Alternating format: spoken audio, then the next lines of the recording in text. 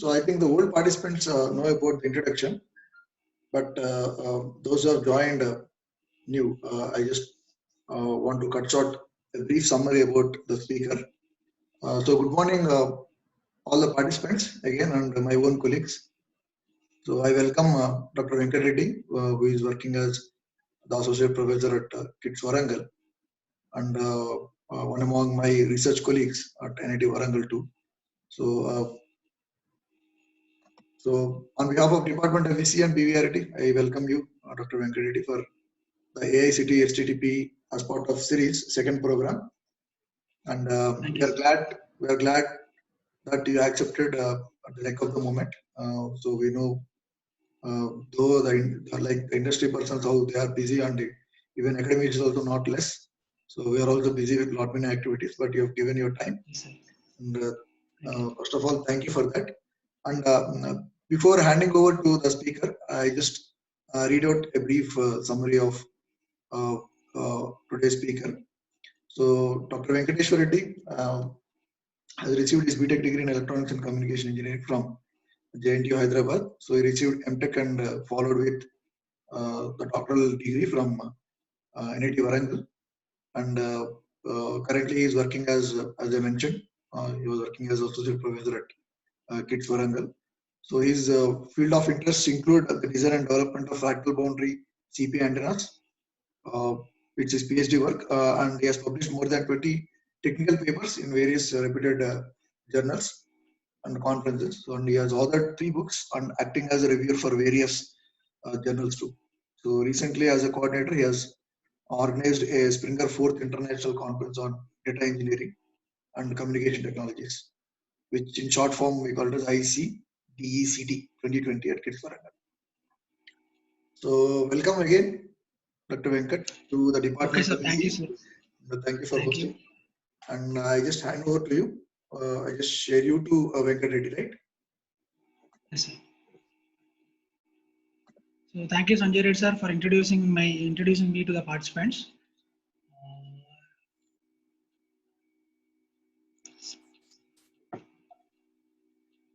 Shall I share the screen, sir? Yeah. Yes. Go ahead. I hope it is visible to you all. Yeah. Good morning to all the participants. I'm Dr. Venkateshwar Reddy. As Sanjay Reddy sir has already given introduction about me. So currently I'm working as associate professor in the Department of ECE, KITS Warangal. Firstly, I would like to thank BVRIT management and Professor Ramasanjay Reddy sir, coordinator of this program, and Professor Pasha sir, convener of this program, for giving me the opportunity to share my research experience with the participants. My research interests include, so when I was doing a PhD in NIT Warangal, I mostly worked on design and development of circularly polarized antennas for various wireless applications.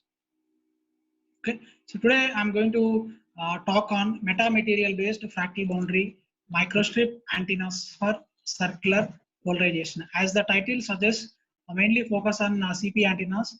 So circularly polarized antennas are preferred over linearly polarized antennas for many of the applications. So mainly focus on circularly polarized antennas and implementing circularly polarized antennas using the fractal boundary concept is I'm going to discuss, and then implementing these fractal microstrip antennas for circular polarization on a metamaterial surface. So today's trending word is metamaterial. People are applying metamaterial concepts to many of the fields, especially to the antenna field.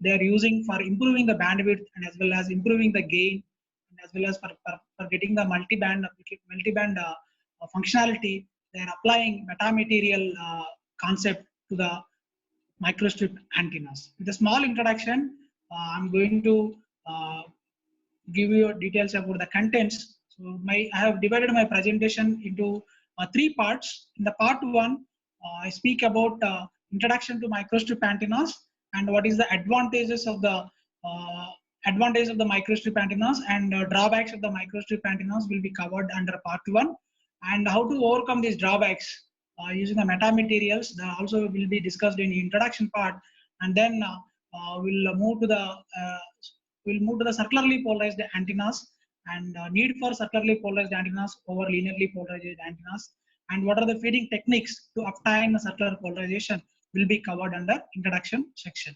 And then design of circularly polarized antennas, single band CP antennas, multi-band circularly polarized antennas, and frequency reconfigurable circularly polarized antennas, and reactive impedance surface based broadband circularly polarized antennas. These 4 types of antennas will be discussed under part 2, and then we'll quickly move to the design of metamaterial based CP fractal boundary antennas. So antennas are eyes and ears of the wireless communication system. They are our links with the space. So it doesn't matter whether it is a simple mobile phone or a complex radar system or satellite communication system. So antennas plays vital role. So for better performance of these wireless communication system, we generally use a powerful radiating element.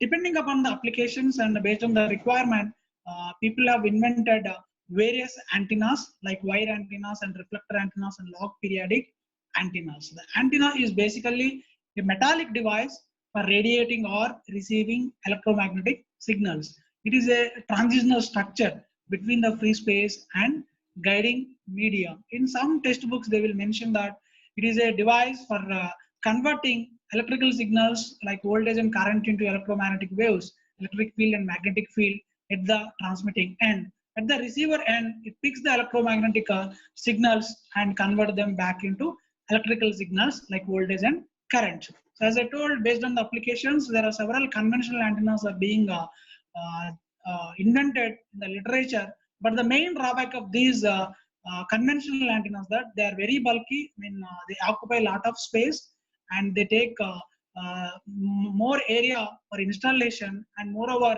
it is very difficult to design these conventional antennas to perform more than one function, such as designing a active antenna or parabolic reflector antenna. These are the conventional antennas.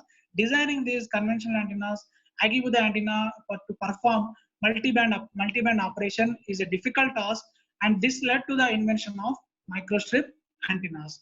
Nowadays, people are looking at more and more compact devices. There is an increasing demand for miniaturization. Most importantly, the devices that we are using in our daily life, such as mobile communication systems and smartphones and handheld tablets and GPS receivers and wireless internet devices are becoming more and more compact. So because of this compact miniaturization of these devices, the components that we use in these devices also must be compact. So the components that are used in these devices must be conformal, and they must be capable of performing multifunction and multi-frequency band operation. Antenna is one of the important component of any wireless communication device. It means the antenna also must be conformal to the body of the device. Antenna must be able to placed on any curved surface. Okay, the antenna also must be of reduced size, and the antenna also must be capable of performing multiple frequencies of. It must be able to operate at multiple frequencies of mobile communication system. Antenna should satisfy these requirements.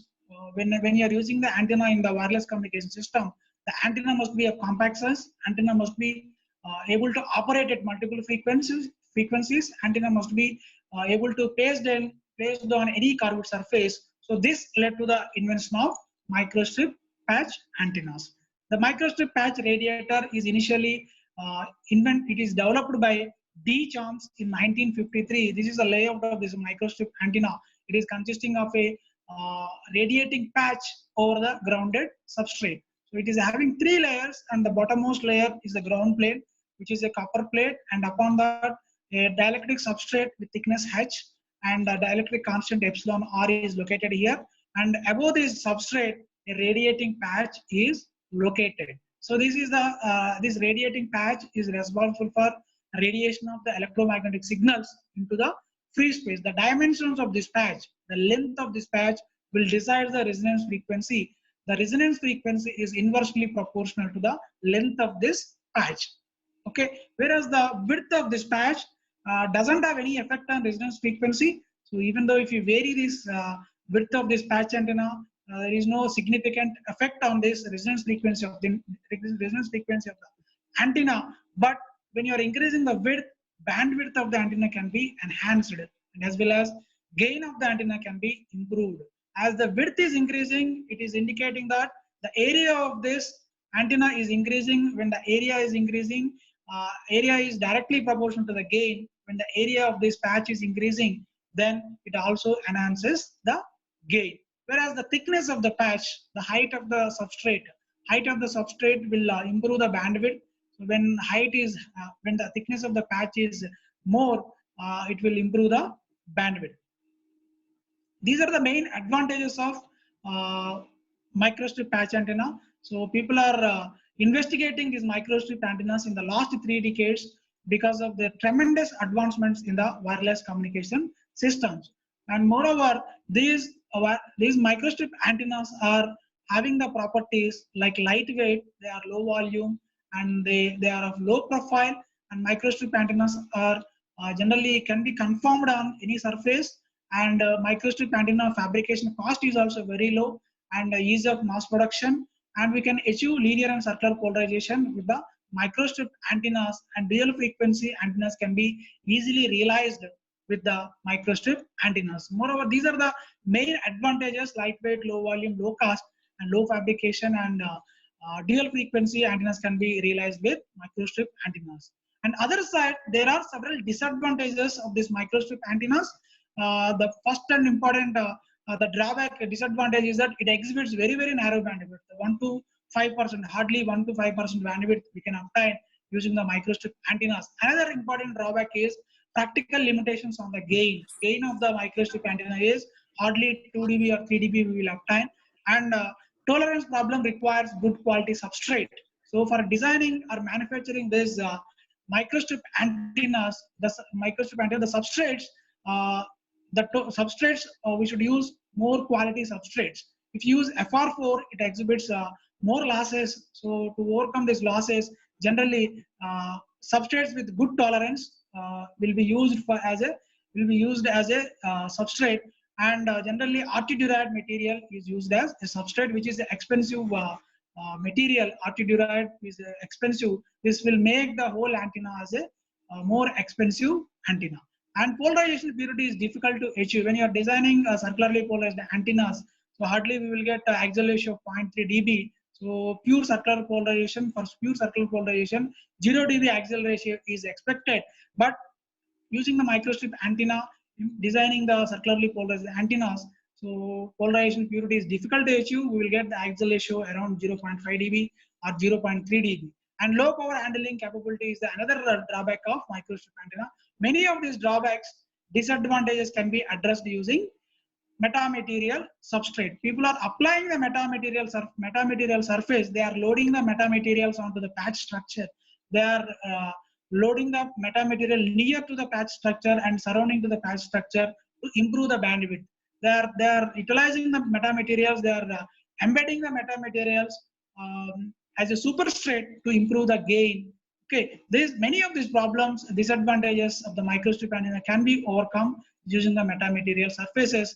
Metamaterials, loading the metamaterial surface on the microstrip patch structure, or loading the metamaterial surface near to the vicinity of the microstrip patch, or loading the metamaterial surface on the substrate, or loading the metamaterial on the ground plane. So we can improve bandwidth, we can improve the gain of microstrip antennas. The polarization is one of the important parameters of the any antenna. It is a natural parameter of the any antenna. It decides that in which plane the fields of the transmitted signals are changing. Okay, when the electromagnetic wave is radiated into free space, it will have its associated electric fields and magnetic fields. The orientation of the electric field vector as a function of time at a fixed point in the free space will give you the idea of what type of polarized signal it is and what type of polarized antenna we are using. When the electric field vector is having only one component and the component is changing in the horizontal direction, look at this diagram. So along the x-axis in the horizontal direction, when the electric field vector is varying up and down is varying in the straight line along this x-axis. So it is referred as horizontal linear polarization. When the electric field vector is changing in the y direction and up and down in the vertical direction, it is referred as vertical linear polarization. And here, so it is not exactly varying along the y-axis or exactly as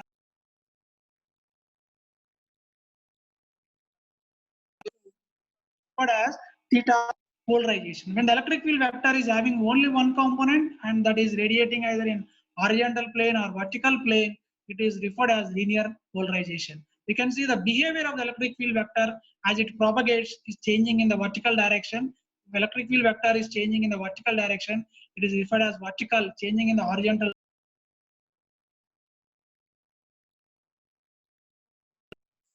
So this is the tip of the electric vector forming the tip of the electric field vector forming the uh, this particular electric field vector component is changing up and down. So when you trace the tip of the electric field vector, so when it is changing up and down or left and right, is referred as linear polarization. When the electric field vector is continuously rotating 360 degrees, it is referred as circular. For circular polarization, we require two orthogonal modes. In linear polarization, we have only either one component in x direction, horizontal direction, or one component in the vertical direction. Whereas in the circular polarization, we require two orthogonal components. Two orthogonal components with equal amplitude and 90 degrees out of phase is required for circular polarization. The tip of the electric field vector in case of circular polarization forms a circle. Okay, when two orthogonal modes are available but with different amplitudes, then it is referred as elliptical polarization. So circular polarization, we require two orthogonal modes, two orthogonal components of the electric field vector with equal amplitudes and 90 degrees out of phase. Look at this diagram. So we are this electric, when the wave is traveling in this direction, so the electric field vectors, electric field components are existed in two orthogonal directions with 90 degrees phase shift here. Okay, when this electric field vector is rotating in the counterclockwise direction, in the anti-clockwise direction, then it is referred as right hand circularly polarized. When the electric field vector, tip of the electric field vector is rotating in the clockwise direction, it is referred as left hand circularly polarization. For generating the circular polarization, we need to excite two orthogonal modes in the patch structure. We need to excite two orthogonal modes with 90 degrees out of phase with equal amplitudes. We need to excite in the patch structure. Okay, then circular polarization can be obtained. So what is the need for circular polarization? We look at this. For better performance and for better efficiency, there should be a polarization matching between the transmitting antenna and receiving antenna. We should have proper matching. If you are using the vertically polarized transmitting antenna, at the receiver side also we should use vertically polarized receiving antenna, then we can have proper communication. If there is a changing in the orientation of these antennas and change of the polarization of this antenna, then we can have the mismatch. So look at this criteria, look at this case one where transmitting antenna is a vertically polarized and receiving antenna is also vertically polarized. So then there are no obstacles in between. The two antennas are vertical linearly polarized. They are oriented, antennas are oriented in the same direction. They are in the line of sight. In between there are no obstacles. Then we can have proper communication between transmitting and receiving antennas. This is case one. Consider the second case when the receiving antenna has changed its orientation. Receiving antenna slightly changes its orientation, then there is a miscommunication because this, when it is oriented in the vertical direction only, it will act as vertically polarized antenna. When it is changing its orientation, the receiving antenna polarization also changes to horizontal polarization. Then transmitted vertically polarized signal will not be received by this inclined vertically polarized antenna. And look at the another criteria where both the antennas are vertically polarized, they are oriented in the same direction, but because of obstacles, the wave changed its vertical polarization to horizontal polarization. Because of these obstacles, it has changed the vertically polarized wave into horizontally polarized wave. So because the antenna is vertically polarized and because of the changing of this wave polarization to horizontal, the vertically polarized receiving antenna cannot receive horizontally polarized signals. So to overcome these drawbacks and to maintain good communication between the transmitting and receiving antennas, we generally make use of circularly polarized antennas. Polarization is a critical issue when considering the antennas. Look at these three cases. So we want to examine in what case maximum power is transmitting from transmitting antenna to a receiving antenna. In the case one, antenna A is a transmitting antenna, antenna B is also is a receiving antenna of vertically polarized, both are vertically polarized. Then we can have maximum power transfer from antenna A to antenna B when both are aligned properly. And in the second case, antenna A is vertically polarized, but antenna B is horizontally polarized. Receiving antenna change its orientation. Receiving antenna we are using now as a horizontal polarized antenna. So in this case, the transmitting antenna is vertically polarized, receiving antenna is horizontally polarized.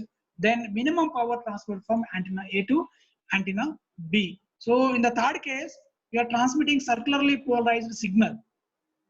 At the receiver side, we can use any antenna, we can use any linearly polarized antenna. Even then, we can have half of the power transferred from antenna A to antenna B. So when you are using a circularly polarized transmitting antenna at the receiver side, irrespective of the orientation of the receiving antenna, whether it is oriented in horizontal direction, when the receiving antenna is oriented in horizontal or vertical direction, even then we can have half of the power transfer from antenna A to antenna B. When you are using the linearly polarized antennas, we should have proper alignment between these transmitting and receiving antennas. There should be cycles in the free space. Okay, so whereas in the circularly polarized antennas, so irrespective of this orientation of these antennas, when you are using the CP antennas, irrespective of the orientation of the receiving antenna, so we can have a proper communication. At least half of the power can be transferred from antenna A to antenna B when we use circularly polarized antennas. So in the signal propagation, to overcome reflectivity, absorption, and multipath fading, so when the electromagnetic signal is radiated from the mobile tower, it will undergo several reflections, and as well as it will follow the multipath. It will be affected by multipath fading. And to overcome these drawbacks, to overcome these reflections, reflectivity, absorption, and multipath fading, and to make the data transmission independent of the orientation of the transmitting and receiving antennas, circularly polarized antennas are preferred over linearly polarized antennas. When you use circularly polarized antennas, at least irrespective of the orientation of the antennas, we can have half of the power transfer from antenna, transmitting antenna to receiving antenna. Look at this scenario where we are sending the circularly polarized signals with the help of circularly polarized antenna here. So irrespective of this receiving antenna orientation, even though irrespective of this orientation of this receiving antenna, we can have proper communication. The prerequisite is we need to excite two orthogonal modes with equal amplitude and 90 degrees out of phase for circular polarization. What are the feeding techniques to obtain circular polarization? One is dual feed in phase quadrature. Another one is single feed technique we can use for obtaining circular polarization. In the dual feed case, two orthogonal signals are applied to the radiating and non-radiating edges of this patch structure. We use external phase splitter, and incoming signal is split into two orthogonal signals. Two orthogonal signals are applied to radiating and non-radiating edges of this patch antenna. So after applying this orthogonal signals, that will radiate circularly polarized signals into free space. Whereas in dual feed, we are externally applying two orthogonal signals to the patch structure. For this, we require a phase splitter. This phase splitter occupies a lot of space and also increases cost of the system. Okay, so to overcome this dual feed CP antenna, to overcome this cost and as well as to reduce the size on the system, space on the system, we are going for single feed circularly polarized antenna. So with a simple coaxial feeding technique here, even though we are having several feeding mechanisms in the microstrip antennas like microstrip line feeding and coaxial probe feeding and proximity coupled feeding, The coaxial cable is a simple feeding technique. So with a simple probe feed connecting to the patch structure, so by applying the energy here, so we can get the circular polarization by making some alteration to the patch structure. So in the P.C. Sharma and K.C. Gupta are the two prominent Indian authors who has invented the single feed circularly polarized antenna in the 1990s. So they mathematically they have proved that by making some alteration to the patch structure along this corners. So if you make some with the help of these truncated corners, with the truncated corners or making some alteration to the patch structure, okay, they have mathematically proved that circular polarization can be achieved with truncated corners or by making some alteration to the patch structure. Again, another important patch design is implementing by embedding a slot at a diagonal slot along this diagonals. By embedding a slot also we can generate required asymmetry in the structure, and we can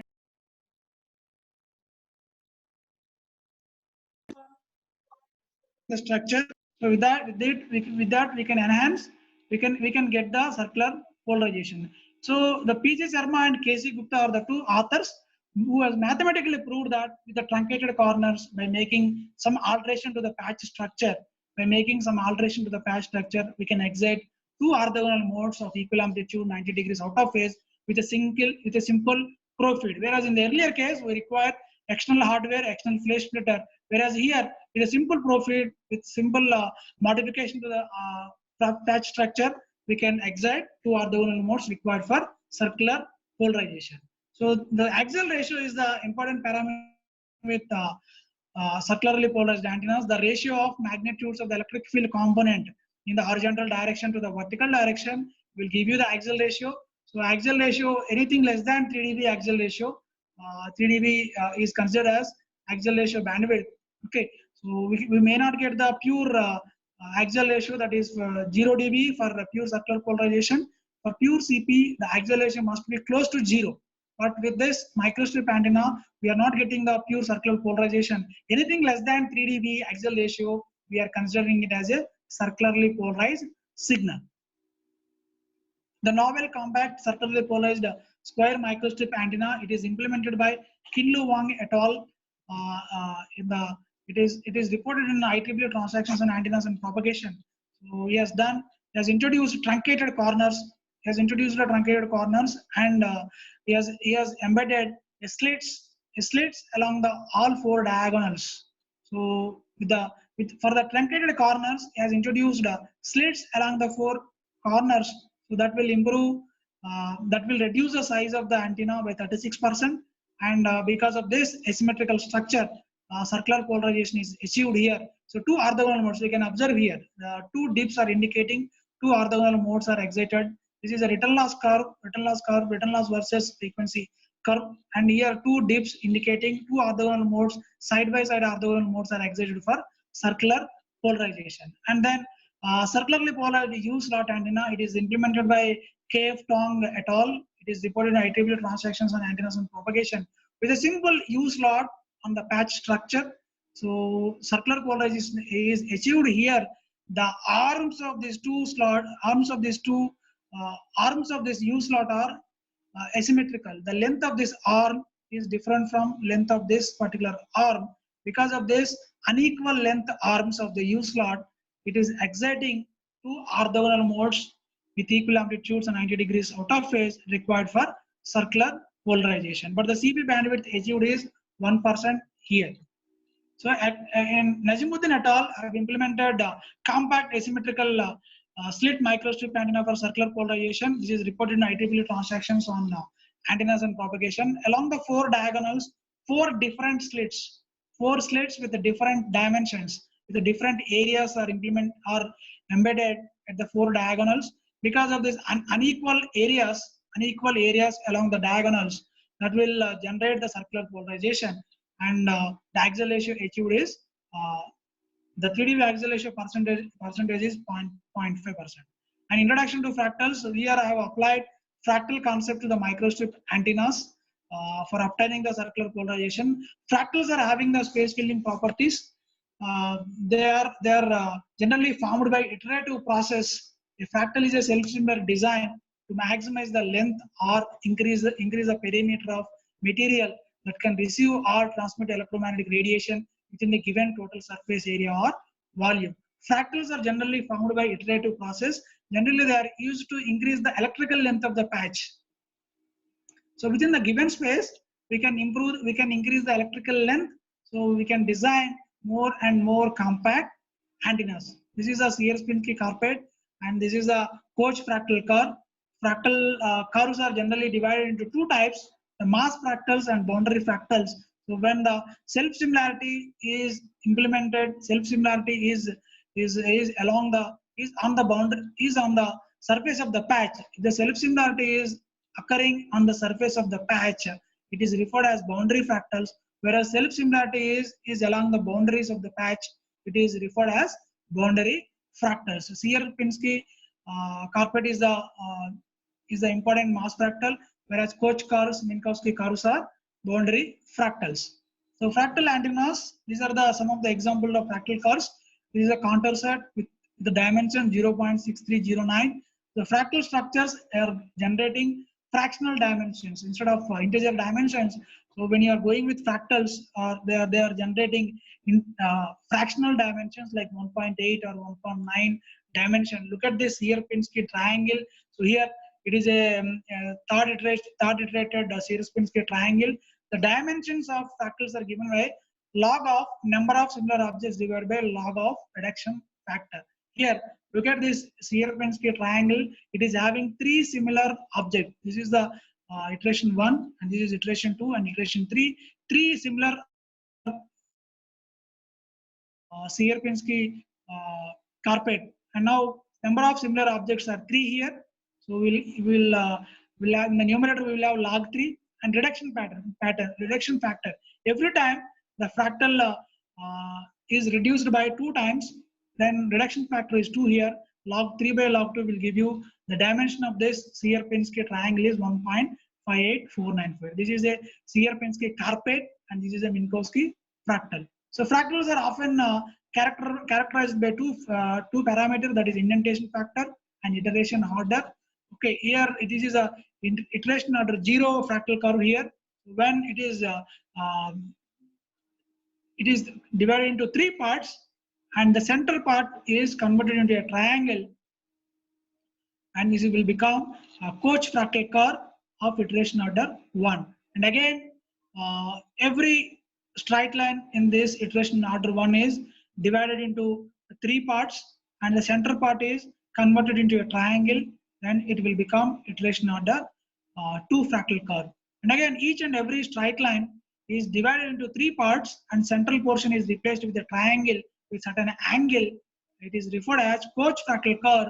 This angle is called as indentation factor. Here, indentation factor of the Koch curve is indentation angle. Whereas here, so every time this is iteration order 0, and here at the sides we are introducing certain indentation factor. Here indentation factor is indentation depth here. So this is iteration order 1 Minkowski fractal curve, and this is iteration order 2 Minkowski fractal curve. So these are called as indentation factors. This angle here, indentation angle here, angle of this triangle is called as indentation factor, and depth of this Minkowski fractal curve is called as indentation factors. Whereas the iteration order 0 to 1 and 1 to 2. So as you are going to the more and more higher and higher iteration orders, we can design more and more compact antennas. And this is a generation of proposed compact single band flared fractal boundary antenna here. So along the sides of the patch structure, at the edges, these edges of the square patch are replaced with fractal curves.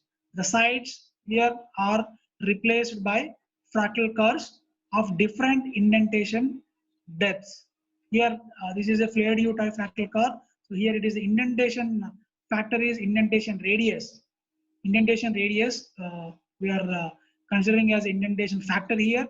So when you substitute fractal curves with a different indentation radius.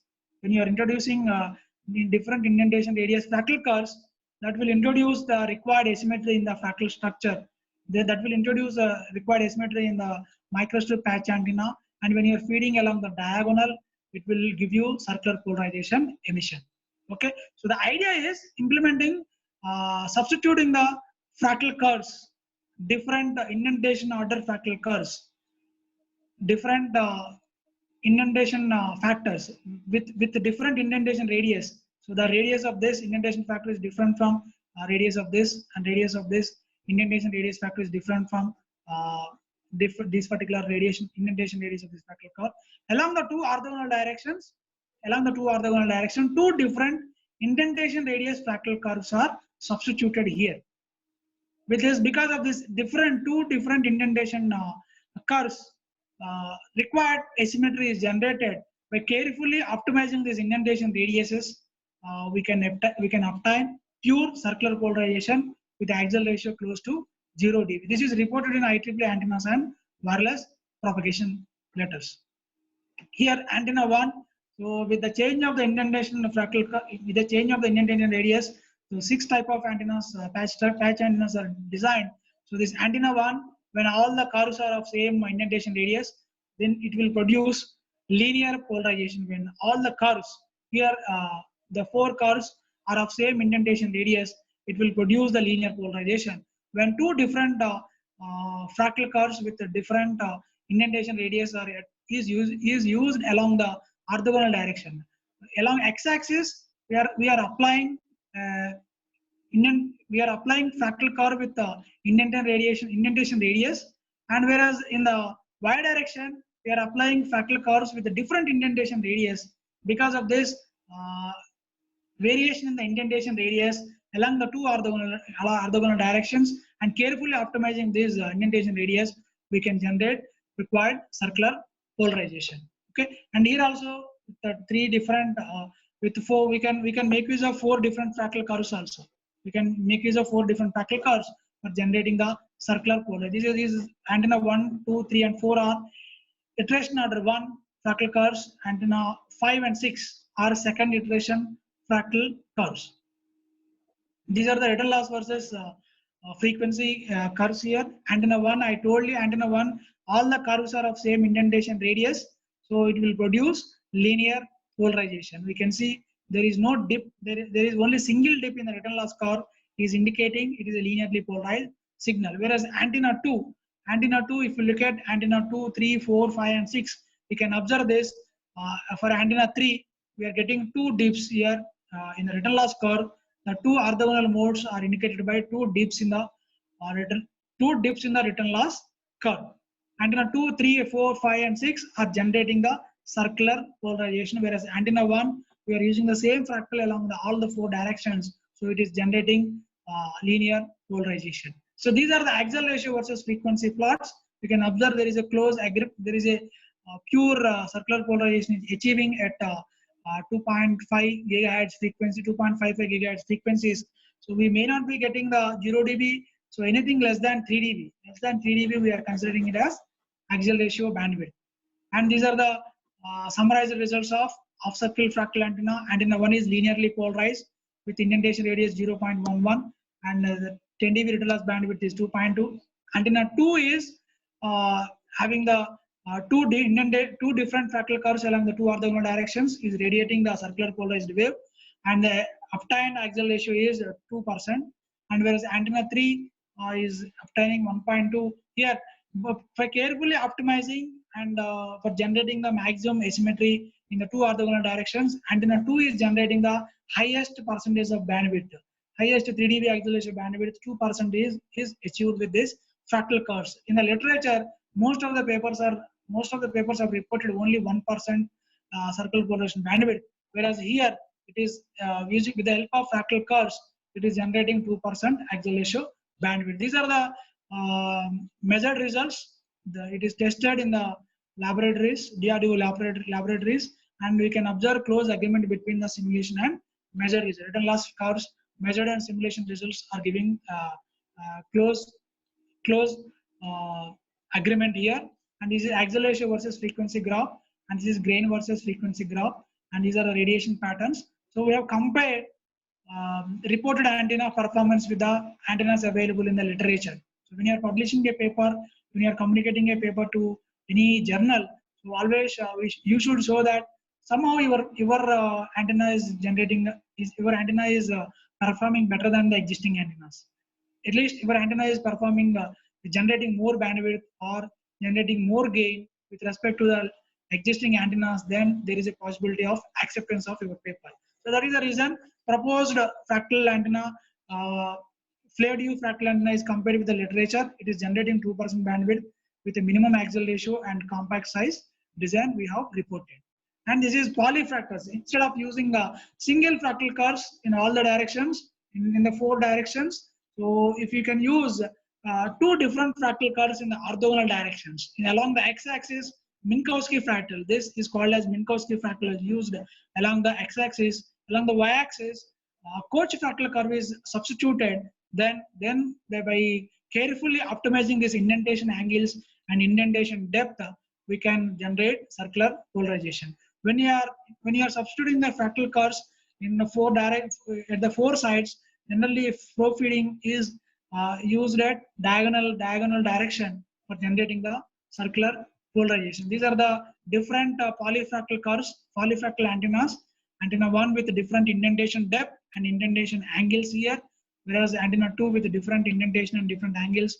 We have reported 6 antennas, and these are the written loss characteristics, and these are the axial ratio versus frequency plots, and summary of the simulation results. Antenna 2 with indentation depth 0.22 and indentation angle 35 degrees along the y direction is generating the higher is generating the maximum 3 dB axial ratio bandwidth.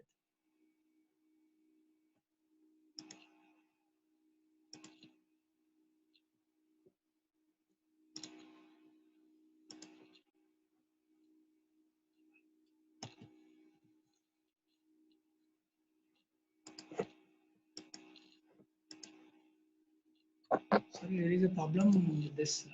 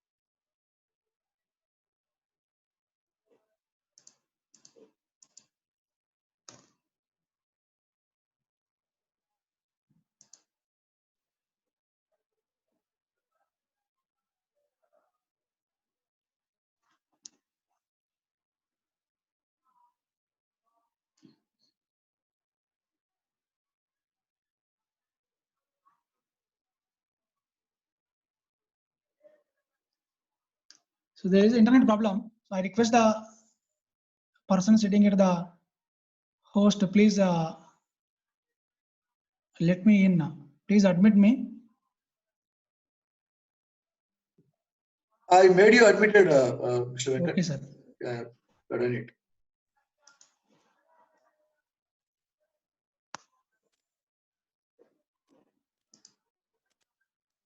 Should I make you host again? Yes, sir. Please make me host again. One moment.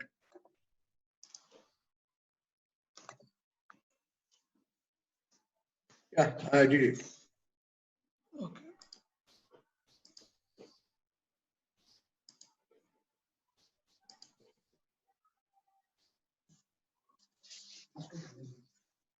So this the fabricated the best performed antenna, polyfractal antenna is fabricated. It is tested in the laboratories, and there is a good agreement between the simulated and measured results is generated. And these are the axial ratio versus frequency plot, and almost 2.2 CP bandwidth is obtained here, 3 dB axial ratio bandwidth, and multi-band fractal CP antennas. So nowadays all the wireless communication systems are supporting various applications at different frequency bands. So look at the mobile phone. It is supporting GPS signals and GSM signals and Wi-Fi signals. Okay, instead of using different antennas for all these applications, if you can use a single antenna for all these applications, it is called as multi-band antenna. If you use different antennas for all these applications, it requires a lot of space, and as well as it is a more it occupies a lot of space, and it becomes more cost effective. Okay, to overcome this, to make the low cost communication system, so we should use a single antenna which can work for multiple frequency bands. Okay, during the initial days people have used different antennas, whereas now a single antenna can be used as multiple applications. A single antenna which can operate at multi frequencies is called as multi-band antenna. And these are the general wireless network technologies. GPS at 1.227 gigahertz, 1.575 gigahertz. Global system for mobile communication is 1.8 gigahertz. Zigbee and Bluetooth, Wi-Fi and WiMAX. These are the wireless networking technologies. If you can design an antenna operating at these bands, all these bands, it is more cost effective, and we can save the space on the system. For this purpose, a fractal slot is etched on the fractal boundary antenna. Okay, this fractal boundary antenna will give you the circular polarization, and by etching a slot in the center along the diagonal direction, etching a fractal slot with optimized fractal curves at the boundaries. If you etch a fractal slot, it will give you multi-band operation. The surface current distribution on the patch will decide the functionality and radiation pattern on the antenna.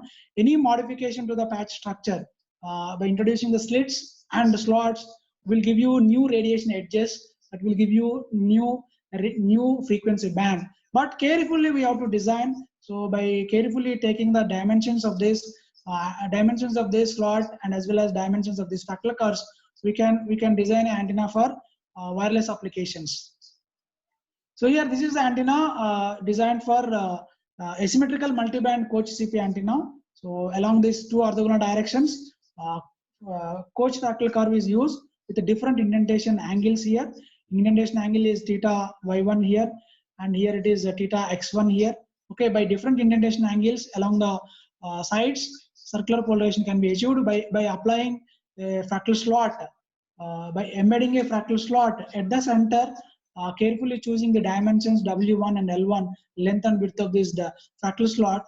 We can generate a multi-band antenna. So this antenna is working at Wi-Fi 2.4 gigahertz, Wi-Fi 3.4 gigahertz, and WLAN 5.8 gigahertz. By introducing this slot, it is acting like a multi-band antenna, and the dimensions are carefully chosen. That length is 36 mm. So initial mode is generated at 2.4 gigahertz, and after introducing this, carefully optimizing this fractal slot, another extra another frequency band is obtained at 3.4 gigahertz and 5.8 gigahertz. It is simulated using IE3D HFSS, and these are the measured results compared with the simulation results. And these are the current distribution on the patch structure. So in any paper, if you want to increase the acceptance ratio, you must include the current distribution images in the paper. Recently, I have communicated a paper. So in the first review itself, they have given a comment that please include the current distribution plots in the paper and explain the frequency band obtained with respect to the current distribution plots. So that's what I have got the comment. So here, so when the current distribution is maximum along the outer fractal curves and inner fractal curves, it is radiating at 2.45 gigahertz. When the current distribution is maximum along only outer fractal curves, it is responsible for 3.4 gigahertz frequency band resonance mode. When the current distribution is maximum only along the inner fractal curve, inner fractal, it is generating 5.8 gigahertz resonance band. So we can see with the variation of the vector current distribution vectors. Okay, when the current distribution vector is rotating anti-clockwise with respect to time, at t is equal to 0. So current distribution vector is indicating is in the downward direction.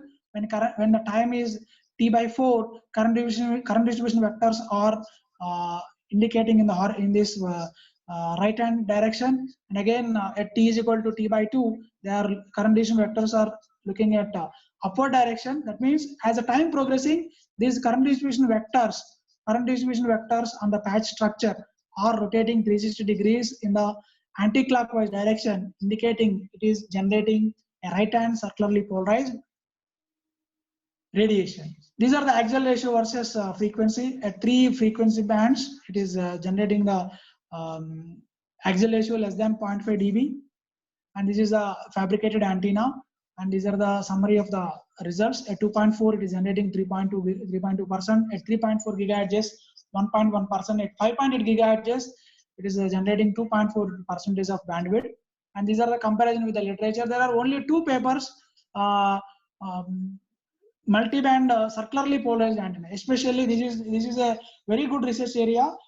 Design of multi-band circularly polarized antenna still in the existence, because there are very few literature papers are existed on these circularly polarized antennas. That too, multi-band circularly polarized antennas, very few papers are available with a single profit, and a single layer.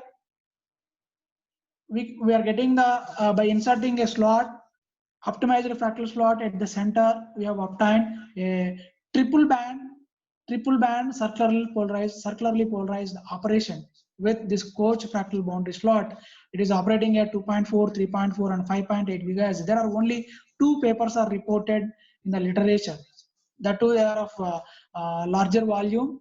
Okay, these are the various multi-band CP antennas with different fractal curves.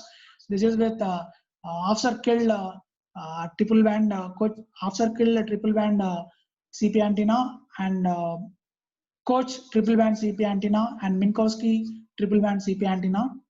So this is a polyfractal slot antenna. Instead of using single fractal curves in on all the directions, by utilizing 2 different fractal curves, Minkowski along x-axis and Koch along the y-axis, and inserting the polyfractal slot at the center, also we can generate a triple band circularly polarized operation. These are the iteration order 2, stage 2 multi-band CP antennas. Koch iteration order 2 triple band fractal antenna, and this is Minkowski iteration order 2 fractal antenna, and this half-circle iteration order 2 polyfractal iteration order 2 fractal antennas. And these are return loss versus frequencies. It is at 3 bands. It is generating the frequency of operation. Axial ratio versus frequency is given here. And reconfigurable antennas. Instead of using a single antenna at all the time, so if we can go to the reconfigurable antennas, where with the help of reconfigurable antennas, we can switch to the required band or the required time period. So that we can save the power, and as well as we can avoid interference between the adjacent bands. When multi-band antennas are used, multi-band antenna will operate all the time at all the frequency band. That will generate intercross. There will be an interference between the adjacent bands. There will be a crosstalk between the adjacent bands, and as well as the power will also wastage of power will also happening at multi-band antennas. Instead of that, so if you can go for frequency reconfigurable antennas, we can go to the required frequency band, and we can switch on only the required frequency band, and other bands can be off. This is the concept of frequency reconfigurable. We can switch to the required frequency band or the required time period, so that we can save the power, and as well as we can save we can avoid the interference between the adjacent bands. So for this, initially I have taken two fractal antennas at 1.8 gigahertz and 2.4 gigahertz. This blue color is indicating 1.8 gigahertz with dimension 48 mm. This green color is indicating 2.4 gigahertz antenna with dimension 36 mm. So we have HDS slot at the center of this larger antenna. This larger antenna, we have HDS slot, and the HDS slot 2.4 gigahertz antenna is embedded. Okay, so now diodes are introduced along this four directions. Along x-axis, the diodes are used here. Along y-axis and here diodes are used. Based on the switching of these diodes, it can work at 1.8 gigahertz or 2.4 gigahertz. You can see antenna 1, when all the diodes are off, it is working at 2.4 gigahertz. When all the diodes are off, all the diodes are on. So look at this, diode is on here, diode 1, 2, 3, and 4. All the diodes are on. So it is working at 1.8 gigahertz. Based on the switching on and off of these diodes, we can move to the required frequency band. These are the corresponding current distribution plots and antenna simulated and measured results we can see here. So antenna 1, when all the diodes are off, only the internal patch will give you the radiation, and the internal patch is corresponding to 2.4 gigahertz. So when all the diodes are off, so the internal patch will dominate. This internal patch will give you frequency band at 2.4 gigahertz. When all the diodes are on, this internal and outer patch, internal patch and outer patch are joined, and it is radiating at only 1.8 gigahertz. Based on this switching on and off of these diodes, we can go to the required frequency bands. These are the axial ratio versus frequency plots. And now, so these are the measured results. Best performing antenna is measured, and it is giving the better agreement.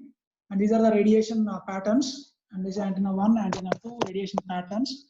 And this is a triple band, triple frequency reconfigurable antenna. So 3 fractal antennas at 1.8 gigahertz, 2.4 gigahertz, and 3.4 gigahertz are implemented initially, and they are embedded into a same structure. So antenna 1, larger size antenna. We have HDS slot on the larger dimension antenna, and this green patch is embedded here. Again, etching a slot in the this 2.4 gigahertz patch. This 3.4 gigahertz patch structure is included here. So by adding the diodes, 8 diodes. Here we require 8 diodes. Here along this direction 2, along this direction 2, along this direction 2, along this direction 2. Along the x-axis we require 4. Along the y-axis we require the 4 diodes. Total 8 diodes. Based on switching on and off, we can move to the required frequency band. This is antenna 1. When all the diodes are off, this innermost fractal is dominating, so it will work at 3.4 gigahertz. When the diodes are on, when diodes between green color patch and for example red color, if you combine diodes along these 4 directions are on, then this internal patch will dominate and it will work at 2.4 gigahertz. When all the diodes are on, it will work at 1.8 gigahertz. Based on the switching on and off of these diodes, we can move to the required frequency band. So these are the reactive impedance surface broadband antennas. The implemented fractal antennas, can be implemented over this RIS surface. We can see here. So this is the reactive impedance surface, which will generate reactive impedance, and it is having a 5x5 metallic array, square metallic array, and the dielectric between the perfect electric conductor ground plane and RIS layer will generate the inductance part, whereas the gap between these metallic patches, metallic unit cells will generate the capacitance. Okay, so extra capacitance and inductance resonance circuit is generated here. the generated capacitance and inductance due to the substrate and capacitance due to this RIS layers will cancel out the existing reactive part in this original conventional patch antenna, and we can have only resistance part. This can be resistance part we can match over a larger bandwidth for obtaining the broadband operation. Look at this. We have taken the reactive impedance surface, and this patch structure is implemented on this reactive impedance surface for generating the broadband operation. So this is reported in IEEE antennas and wireless propagation letters. Wideband circularly polarized patch antennas on reactive impedance surface. So the conventional patch structures which are implemented by PC Gupta and KC Sharma are implemented over reactive impedance surface for improving the axial ratio bandwidth. This is reported recently in the IEEE papers. The conventional CP antennas, truncated corners, and along with the diagonal slot, these antennas are implemented on the reactive impedance surface. Earlier I have shown you reactive impedance surface. These antennas are implemented over the reactive impedance surface. So the obtained bandwidth is 2.6%. So with a simple conventional truncated corners, with a simple slot at the center, it is generating 1% 3 dB axial ratio bandwidth. After implementing this conventional truncated corner antenna and as well as slotted antenna over a reactive impedance surface, the bandwidth is enhanced to 2.6%.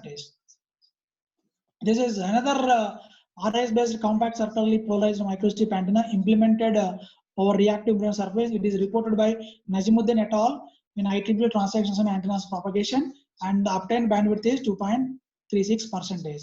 And I have adapted these RIS structures. I have utilized this RIS reactive impedance surface metamaterials here, and then this my conventional single band coach antenna is implemented over here.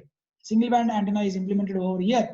So the bandwidth obtained is axial ratio bandwidth up to 5.81% is reported. So it is published in IEEE. It is published in International Journal of Microwave and Wireless Technologies. And the RIS layer, the unit cells, square unit cells in the RIS layer are replaced with fractal unit cells. The coach fractals are implemented. Coach fractals are implemented on the RIS layer, and this conventional coach antenna is implemented over fractal RIS substrate. Then bandwidth improvement of 7.5% is obtained with this idea. And this is the RIS broadband coach antenna. We can see it is having two layers. The bottommost layer is the RIS layer, reactive impedance surface layer, and upon that our patch antenna is implemented. RT Durair substrate here is a layer 2 with thickness H2, and RIS layer thickness is H1, and in patch this fractal curve is implemented here. We can see this is having two layers. Bottommost layer, this layer is RIS, and upon that RIS layer, conventional patch is loaded. Okay, and a probe feed, a coaxial probe feed, carefully designing the coaxial probe feed. This coaxial probe feed should not touch RIS layer. When it is touching the RIS layer, it will become short circuit. Energy is trapped in the RIS layer. Instead of that, we will remove certain portion in the RIS layers. At this RIS layers, we will remove certain portion. Okay, we will etch a circular slot in the RIS layer. Through the circular slot, we will connect a probe to the patch structure. So carefully connecting the probe to the patch structure, we can generate broadband circular polarization. These are the single layer fractal antennas with iteration order 0, iteration order 1, and iteration order 2. And this is the antennas implemented over square RIS layer, and these are the antennas implemented over fractal RIS layers. And the coach with fractal RIS elements, the coach fractal antenna implemented over coach RIS fractal.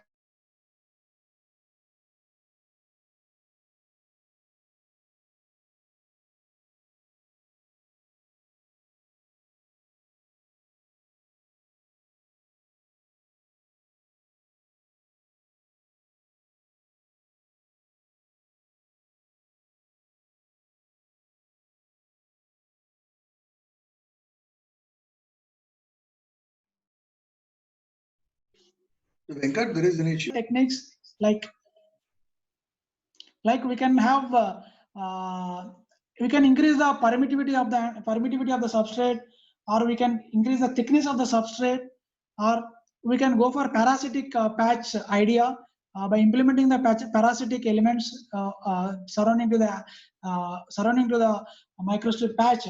We can improve the bandwidth. And using the shorting walls and shorting pins and using the fractal geometry also, we can enhance some of the properties of the microstrip antenna. But the drawback of this, most of these techniques is that, so it will produce narrow bandwidth, and as well as it will produce low gain.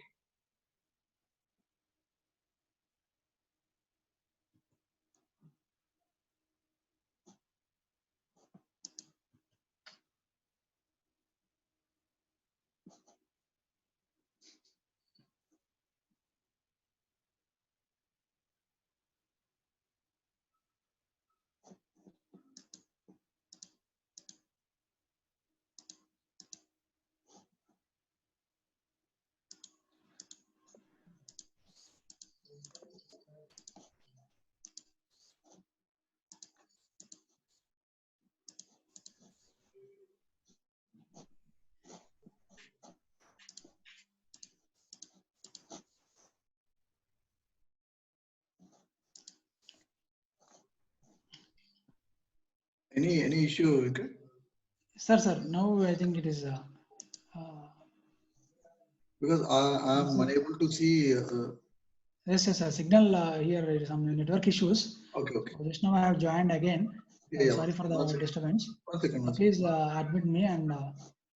Yeah, not at all an issue. Just make it.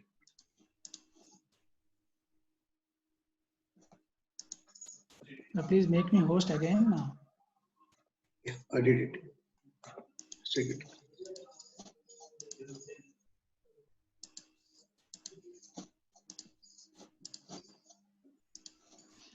So metamaterial is the trending word now. People are applying metamaterials to the microstrip antenna structure. So to improving the performance of the antenna. So if we can enhance the bandwidth, we can get the multi-band operation, and we can improve the gain of the microstrip antennas. So a new solution to this great industry design is use of electromagnetic metamaterials for antenna design.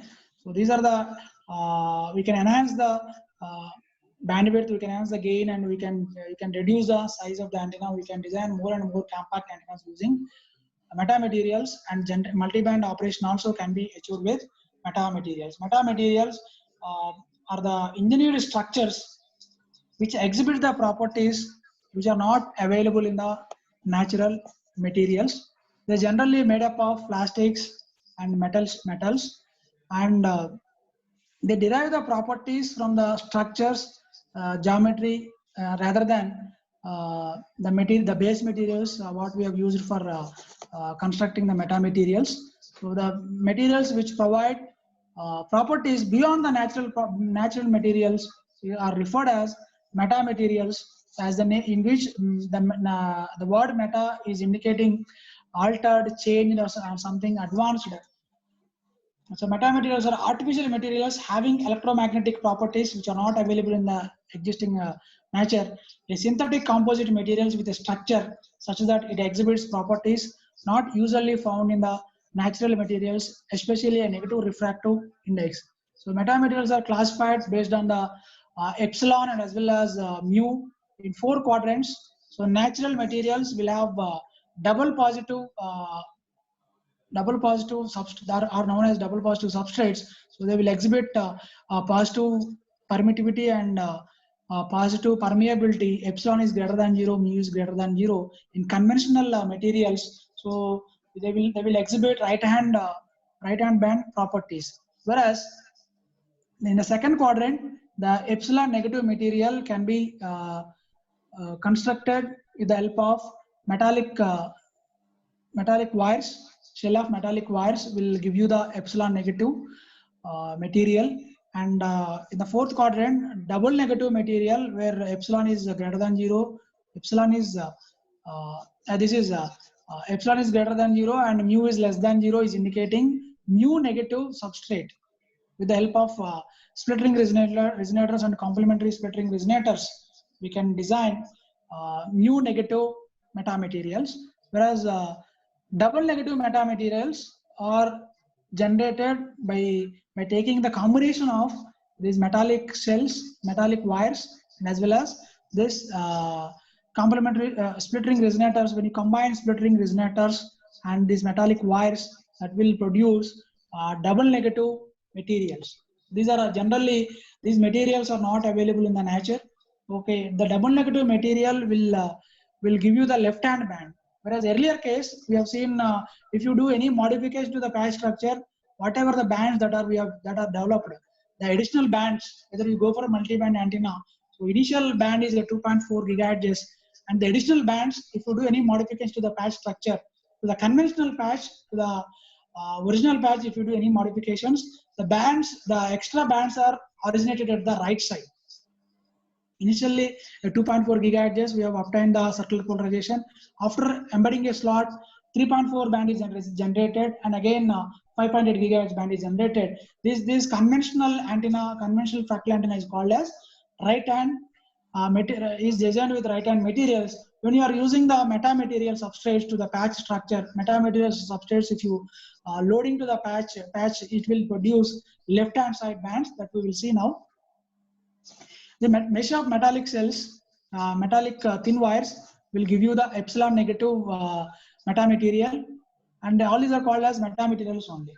Negative permeability, which is mu. So here we are using the two concentric rings, two concentric circular rings separated by a distance, a small distance d, and they are having these two concentric circles are having a slot, and these slots are 180 degrees apart on each side. This will give you the left hand mode of propagation. So here the gap between these two concentric metallic rings will generate the capacitance, whereas these concentric rings will give you the required inductance.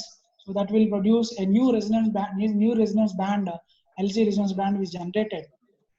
Double negative materials are by combination of these metallic wires with this concentric metallic rings that will give you double negative. So by carefully choosing these geometries, of these concentric split ring resonators, and as well as shape and size of these structures, and as well as orientation of these structures, we can have the properties. We can manipulate the electromagnetic signals. We can observe the electromagnetic signals, block the electromagnetic signals, or we can enhance some of the properties of the electromagnetic signals by carefully choosing these metamaterial substrate, metamaterial geometries, dimensions. This is a reactive impedance surface. As I told earlier, reactive impedance surface is implemented, is used for implementing broadband microstrip antenna. These are the high impedance substrate materials, metallic patches with a via connecting a patch and ground plane. They will act as a high impedance surface for generating the broad frequency bands, and dual band patch antenna. To the conventional fractal antenna, when you load a square split ring resonator, this is a square split ring resonator. It is loaded on the patch, fractal patch. It will generate left hand mode of propagation. So these dimensions of this Minkowski fractal are dx1 and dx2, whereas the indentation angles theta y1 and theta y2 are along the y-axis. Okay, and this is the order of antennas. This is initially a simple square patch antenna, and then substituting fractal curves, and then loading the metamaterial split ring resonator onto this fractal antenna. Here will give you the left hand mode of propagation. We can see, so earlier, so this is designed, the original the actual fractal antenna is designed to operate at 3.4 gigahertz. 3.4 original, without loading this metamaterial, it operates at 3.4 gigahertz. After loading this metamaterial, extra band is resonating at 2.4 gigahertz. You can observe that this is a left hand band. Instead of in all conventional materials, in all the conventional antennas, when you go for multi-band operation, all the antennas are generating bands in the right side direction, whereas when you are loading the metamaterial, the extra band is generated at the left side of the original band. That is the reason we are calling it as left hand band. So these are the summary of the simulation results. So original square patch antenna and fractal antenna after substituting the fractal curves, and square patch with loaded complementary splittering resonator here, and here fractal patch with the complementary splittering resonator. So when you are having a conventional patch structure, only right hand band is excited, and for this without metamaterial, right hand bands are excited. Once you load the metamaterial, left hand band at 2.4 gigahertz is generated. So these are the fabricated antennas, and these are tested. Good agreement between the simulated and measure results is generated, and this is a table, comparison table with the existing literature. So our proposed antenna is a compact size, and it is operating at 2 bands. Is giving the better performance compared with the existing antennas. Dual band antennas based on mushroom unit cell. So here a mushroom unit cell is loaded. So this is consisting of a simple square patch is etched in the fractal patch, and within the etched area, a smaller size square patch is embedded, and a wire is connected to the smaller size patch at the center of the smaller size patch to the ground plane. A smaller wire is connected that will act as a mushroom unit cell that will give you left hand side resonance frequency band. This is when you are adding the metamaterial, so it is generating the new resonance circuit. These gaps between the these gaps are indicating the capacitance, where this wire is indicating the inductance. Okay, so this, when you are loading the metamaterials, it is generating the extra tuning circuit. It will give you the extra resonance circuit.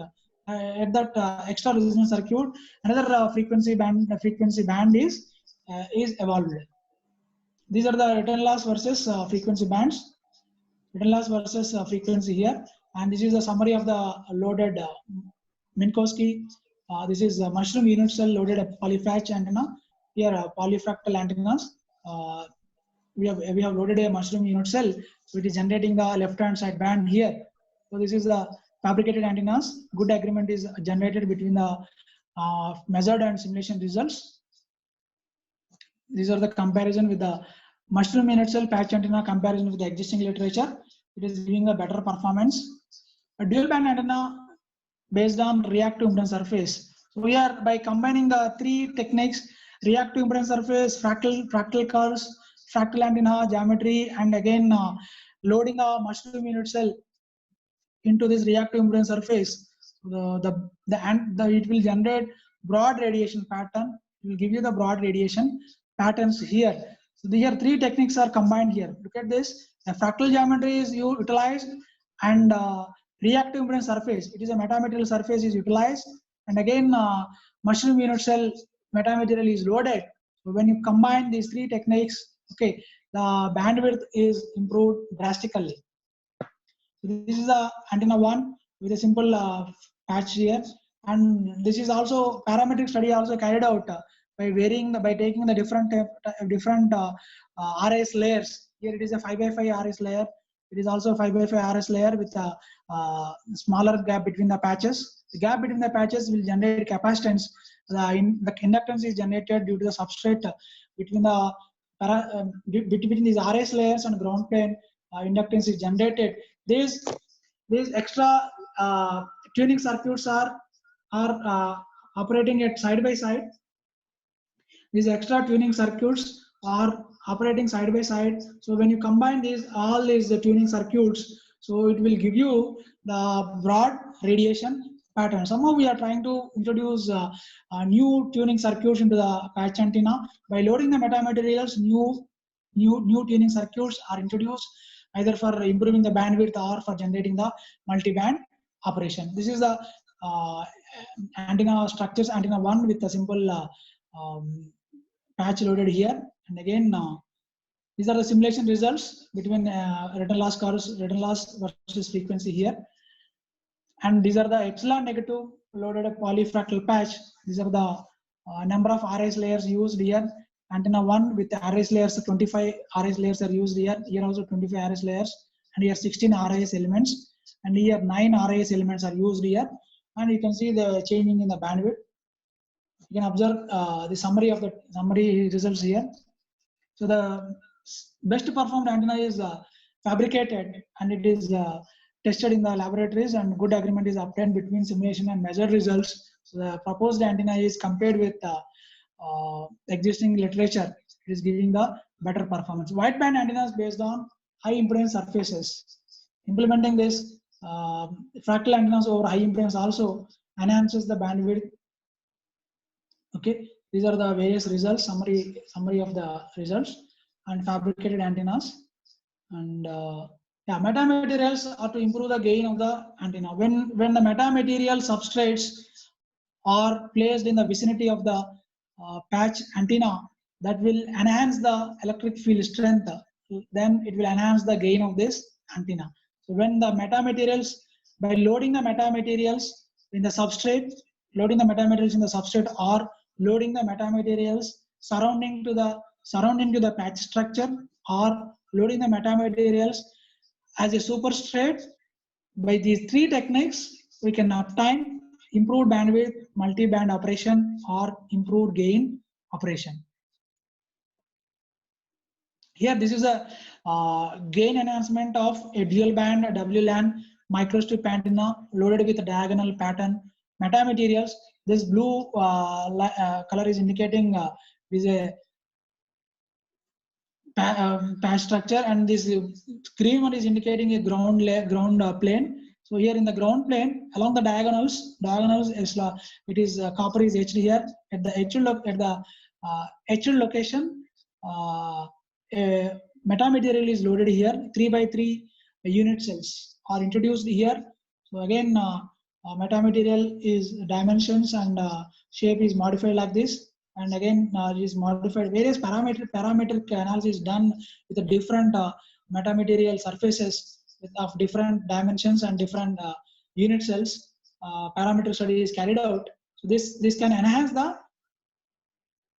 This will enhance the gain when metamaterial is loaded in the vicinity of the patch structure or in the ground plane. Gain can be enhanced.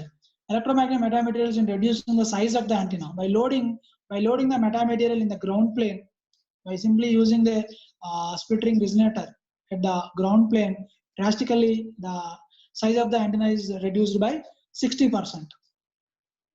Here, without metamaterial, and this figure A is indicating without metamaterials, and the dimension is 53/62 mm, whereas after loading, the size is reduced by 23/25 mm, 23 mm by 25 mm, and it is also giving the directional radiation pattern, and both are operating at the same frequency, but there is a reduction of size reduction of 60% can be achieved with by loading the metamaterial in the ground plane. Earlier we used to have the conventional idea is by implementing deflected ground structures. Deflected ground structures we can utilize for making the compact antennas and multi-band antennas, but that the gain will be reduced with this deflected ground structure antennas. So by loading the metamaterials, we can maintain the stable gain, but we can also get the multi-band operation, and as well as we can also get the compact size antenna with loading the metamaterials in the ground plane. And this is another circular patch antenna with reduced size by loading the metamaterial in the ground plane. Look at this. We can see by simply adding or loading a metamaterial in the ground plane, complementary split ring resonator loading in the ground plane, the antenna size is drastically reduced here. This is another miniaturization techniques. Here bandwidth can be enhanced by using the metamaterials in the ground plane. Loading the metamaterials in the ground plane, bandwidth can be enhanced here. So here without metamaterials, so it is generating 35 megahertz bandwidth. This antenna without metamaterial is generating 35 megahertz. After loading the metamaterial in the ground plane, the bandwidth is enhanced to 50 megahertz. There is 15 megahertz of frequency is bandwidth is uptime. Enhancement of 15 megahertz bandwidth is uptime with loading metamaterials in the ground plane. So this is another technique, bandwidth and radiation specifications, enhancement of monopole antennas loaded with split ring resonators. So this F type of monopole and T type of monopole antennas are placed in the one side of the substrate, at the other side in the ground plane. So this is the ground plane. At the ground plane, copper is etched here. In the etched location, this particular split ring resonator is implemented here. Complementary split ring resonator is etched, is loaded in the ground plane. Here in the ground plane, split ring resonator is loaded, so that will enhance the bandwidth and as well as radiation properties of this antenna. So you can see here, without SSR, this thick black line is indicating without split ring resonator. So this one, this gray color line is indicating, this line is indicating it is a bandwidth enhancement can be achieved with this split ring resonator loaded in the ground plane. And this is another paper reported in the literature. Metamaterial embedded dual wideband microstrip antenna for 2.4 gigahertz WLAN and 8.2 gigahertz ITU band applications with split ring resonators. And along the in the vicinity of the patch structure, this metamaterial is loaded here, which is of different shape. The shape and geometry and size of this unit cell will decide how much amount of bandwidth is enhanced, how much amount of gain is enhanced. We have to carefully optimize this unit cell. Carefully optimizing this unit cell size, orientation, and dimensions, we can enhance the bandwidth. You can get the dual band operation. Here, use of metamaterials to get the multi-band. So metamaterials loaded in the ground plane is generating multi-band operation. So whether the dimensions will decide whether it is a bandwidth improvement or whether it is a multi-band operation. For multi-band operation, we should separate the two bands. So that for separating the two bands, we will use optimized unit cells. So for bandwidth enhancement, we should have the closely spaced resonance bands. But for bandwidth enhancement, closely spaced resonance bands are combined. That will give you multi-band, that will give you bandwidth enhancement. So we have to carefully choose this orientation, size, and shape of these unit cells. So based on this, we can get the bandwidth enhancement by closely spaced resonance bands.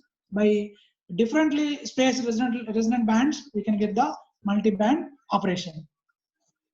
These are metamaterial inspired dual band circularly polarized antenna for WLAN, ISM, Bluetooth, WiMAX, and satellite communication applications. This split ring resonator, complementary split ring resonator is utilized here for getting the quad band operation.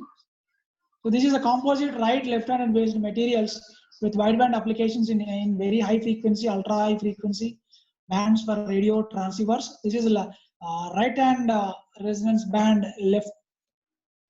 This inductance in the series and capacitance in the shunt is indicating the right hand resonance circuit. For the left hand resonance circuit, the capacitance will come in the series part, whereas inductance is coming in the shunt part.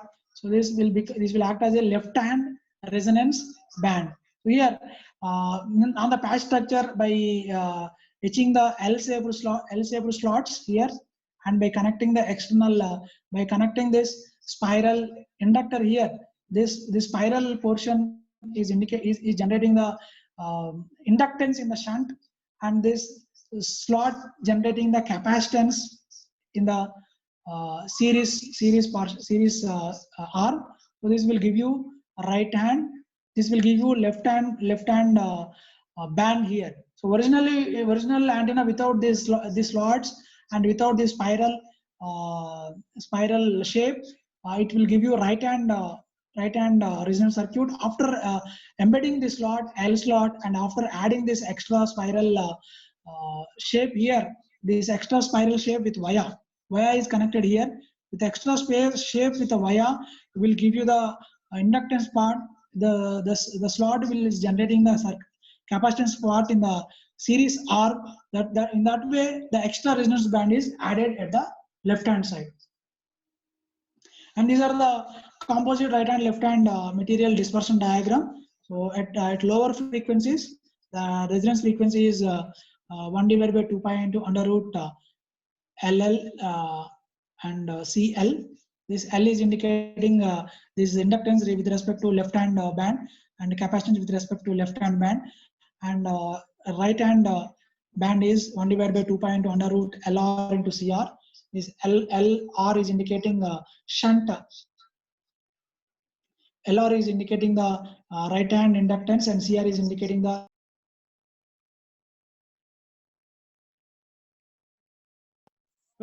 with a composite right left handed based antenna with the wide applications in very high frequency, ultra high frequency bands for radio transceivers. We can, with the help of this L slot and as well as spiral structures, metamaterials are loaded. So this is giving the enhancement in the bandwidth. You can see experimental and simulation results. Bandwidth we are reaching in a very high frequency range. Ultra high frequency range is from 300 megahertz to 3000 megahertz in this band, 300 to approximately 200. So 2000 megahertz in the ultra high frequency band we are obtaining broad.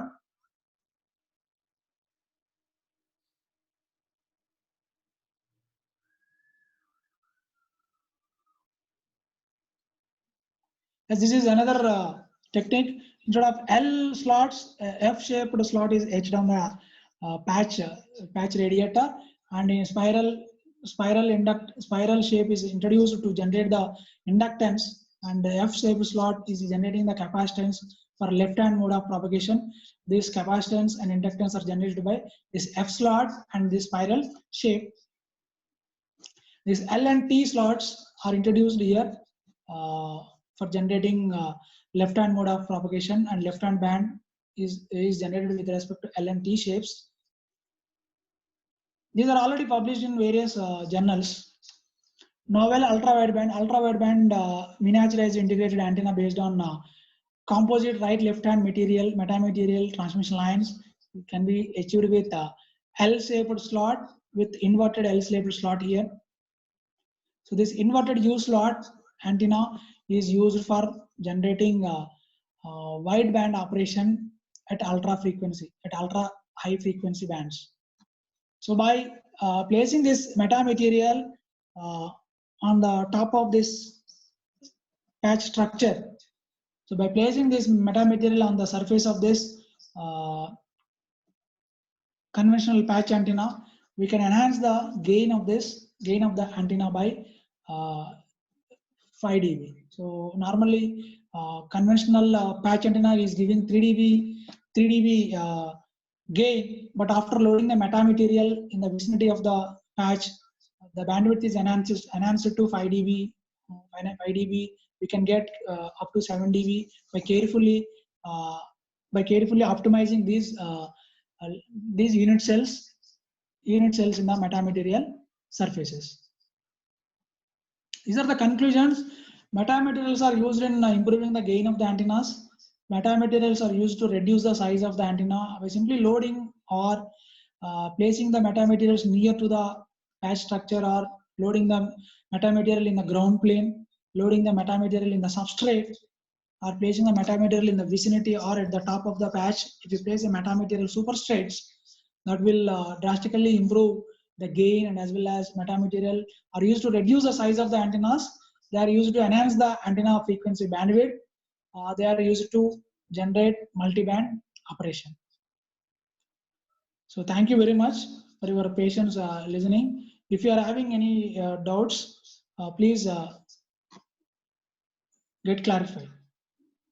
So basically I have concentrated mostly on research related activities for the newly joined PhD candidates and those who are looking for a new research area definitely the circularly polarized antenna is very much suitable to new PhD candidates, because still there is a lack of material for the circularly polarized antennas. So if you look at papers published based on the microstrip antennas, out of 100, hardly you can find 5 to 6 papers related to circularly polarized antennas. Mostly people are concentrating on the multibands and broadband antennas. This designing circularly polarized antenna is very tedious task, and as well as if you design a circularly polarized antenna, so this will become a good research area.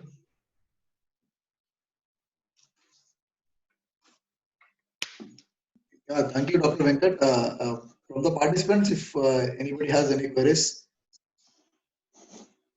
because as the topic was, as Dr. Venkat was mentioning, it is specific to the CP configurations, and the choice of the material is one of the critical part in getting the better results. So that is what my understanding. So, like if you have any further questions that you would like to ask, you can just pose the questions.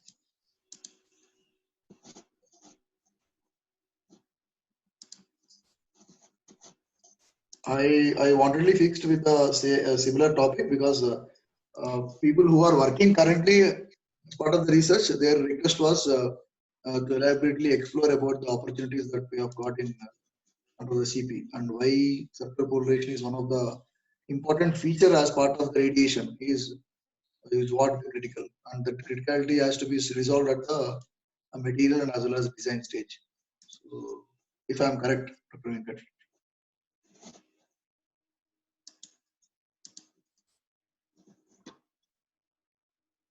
So if no further questions, we have the configured designs in the form of what you call the simulated environment. I think Venkat would be showing about how these generation of the CP would be obtained using the HFSS through HFSS toolbox. So kindly show interest in just elaborately looking at the models. Probably due to the insufficient time, probably one model that we can have it in the afternoon. So if you have more number of queries on the laboratory exercises, I think we can pose those questions to Dr. Venkat directly. So afternoon session, same antennas, whatever I have discussed, circularly polarized antennas, we will simulate in the HFSS tool, and we will see how the return loss curves and axial ratio plots are obtained. Right. And with the help of current distribution plots, we will see that how the electric field vectors are rotating 360 degrees, which is for circular polarization. We can see the rotation of electric field vector by 360 degrees. We can observe in the simulation part. Yeah, thank you, Dr. Venkat, for thank you, sir. The message, and we meet in the afternoon. Okay, sir. So we start the session sharp at 1:30. So I request all the participants to join 5 minutes before or sharp at 1:30 p.m. Thank you, Venkat. We'll sign off for now. Thank you, sir. We'll meet in the afternoon. Thank you all the participants. Bye.